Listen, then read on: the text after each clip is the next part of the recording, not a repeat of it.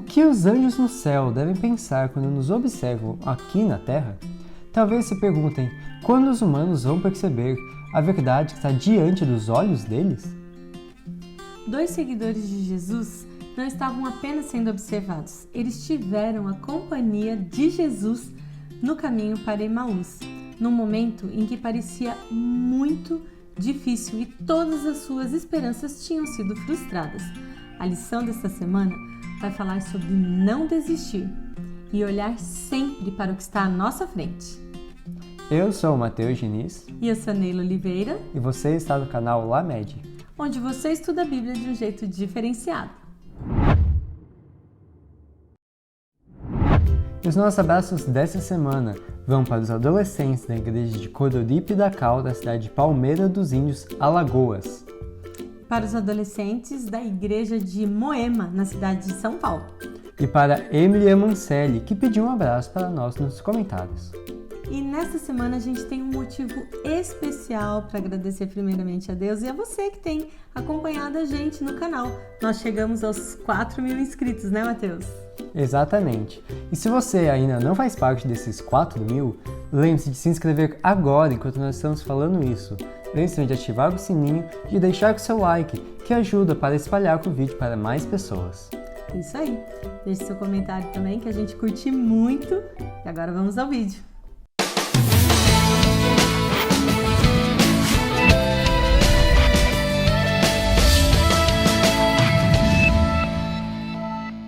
A aproximadamente 12 quilômetros de Jerusalém ficava o povoado de Emaús.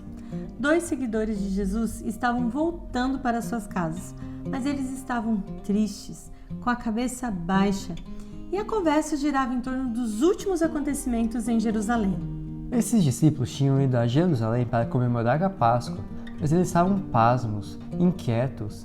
Eles falavam sobre as cenas de julgamento e crucifixão de Jesus.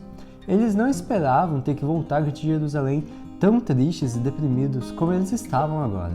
E veja aqui o que aconteceu em determinado ponto do caminho. Enquanto conversavam e discutiam, o próprio Jesus se aproximou e começou a andar com eles. Observe esse detalhe importantíssimo do texto. Os olhos deles, porém, estavam como que impedidos de reconhecê-lo. A tristeza impediu que aqueles discípulos reconhecessem quem estava com eles, impediu que eles vissem que era Jesus. Na verdade, eles estavam tão tristes que eles nem olharam para a pessoa que se juntou a eles ali no caminho. Acharam que era só mais uma pessoa. Eles continuaram conversando, lembrando do que Jesus havia ensinado, mas parece que nada daquilo fazia mais sentido por causa do desfecho inesperado que houve. Imagine Jesus querendo interromper aquela conversa e dizer: "Ei, não se preocupa, eu estou aqui." Agora, veja essa história pelo lado de Jesus. Às vezes você acha que Jesus não te entende? Jesus desejava confortá-los. Ele entendia as ideias contraditórias que os deixavam confusos e pensativos. Poderia aquele homem que permitiu ser tão humilhado ser o Cristo? Eles choravam. Jesus queria muito enxugar suas lágrimas e enchê-los de alegria e felicidade. No entanto, primeiro, era preciso ensinar-lhes algumas lições que nunca seriam esquecidas. Às vezes, temos pressa para ter a resposta, mas Jesus quer que primeiro aprendamos a nos relacionar com Ele. Na tentativa de puxar conversa com os discípulos, Jesus perguntou sobre o que eles estavam conversando. E a gente quase consegue imaginar a cena quando a gente lê o texto bíblico. Um dos discípulos, chamado Cleopas, olha para Jesus e diz: "Homem", ou cara, né? Se fosse na linguagem aqui dos nossos dias. "Onde que você tá? Que mundo você vive? Que você não sabe das últimas que aconteceram em Jerusalém? Ah, você deve ser a única pessoa em Jerusalém que não sabe dos últimos acontecimentos lá." Jesus se fez de desentendido e perguntou: "Que coisas?" Eles estavam certos que estava apenas atualizando um estranho sobre as últimas novidades que haviam acontecido. Por isso eles falaram: "As coisas que aconteceram com Jesus de Nazaré." Imagine Jesus levantando a sobrancelha e se demonstrou muito interessado nessa conversa. Eles então continuaram: "Ele era um profeta de palavras e ações poderosas diante de Deus e de todo o povo. Imagine Jesus balançando a cabeça e concordando com eles. Eles se sentiram motivados a continuar. Mas os principais sacerdotes e outros líderes religiosos o entregaram para que fosse condenado à morte e o crucificaram. Eles então revelaram o motivo de sua tristeza. Tínhamos esperança de que ele fosse aquele que resgataria Israel. Isso tudo aconteceu há 3 dias. 3 dias. Se eles tivessem ouvido suas próprias palavras, eles teriam se lembrado dessa dica importante que Jesus tinha dado antes de morrer. Eles não se lembraram, mas os sacerdotes sim. Por isso que eles tinham tomado todas as providências para impedir que isso acontecesse, exigindo ali uma guarda romana especial e também lacrando a sepultura do jeito que fosse possível, com correntes, o selo romano.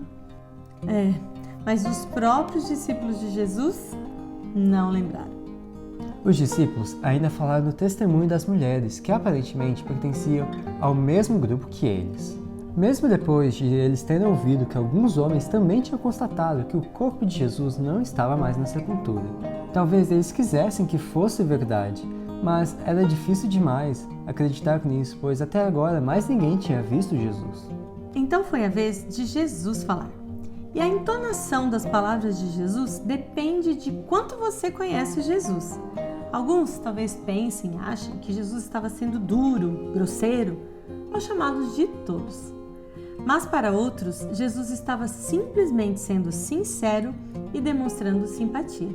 Pelo menos foi assim que aqueles 2 discípulos interpretaram quando aquele estranho se dirigiu a eles.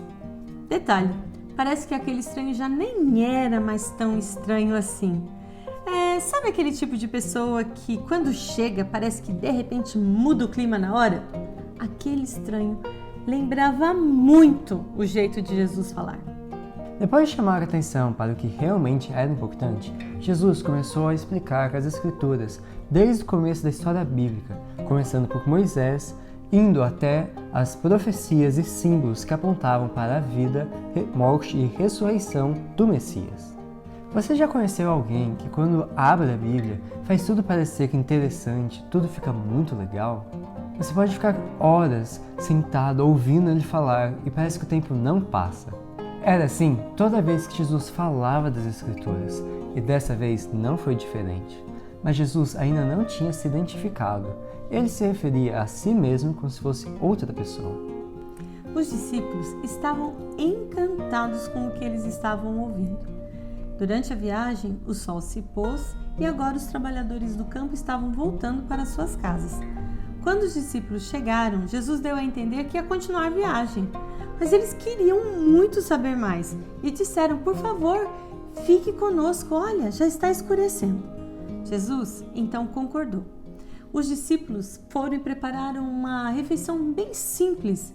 E quando eles trouxeram e ofereceram ali para o convidado, Jesus então levantou as mãos, estendeu as mãos para abençoar o alimento. E foi aí que eles o reconheceram.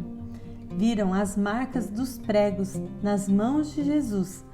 E eles então disseram, é Jesus mesmo, é o Senhor. Eles se levantaram para se ajoelhar diante dele, mas nesse momento Jesus desapareceu.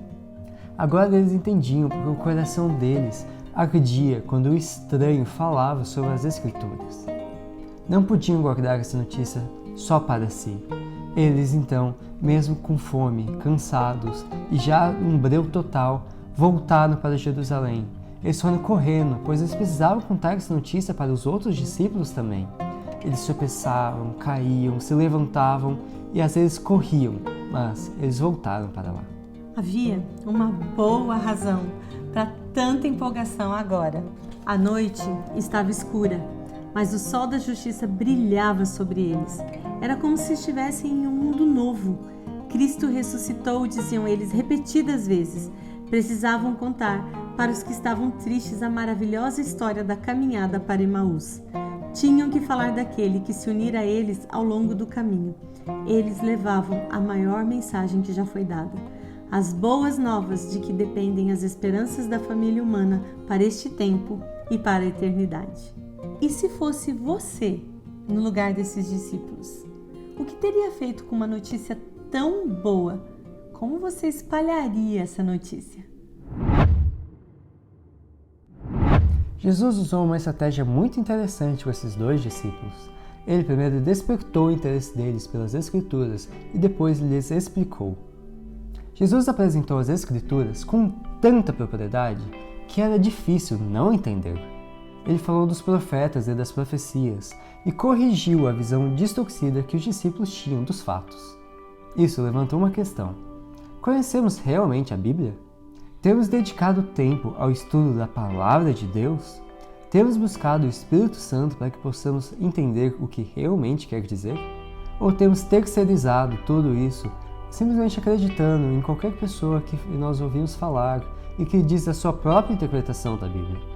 E por isso, aqui vai uma dica: escolha uma versão contemporânea da Bíblia e comece a estudá-la.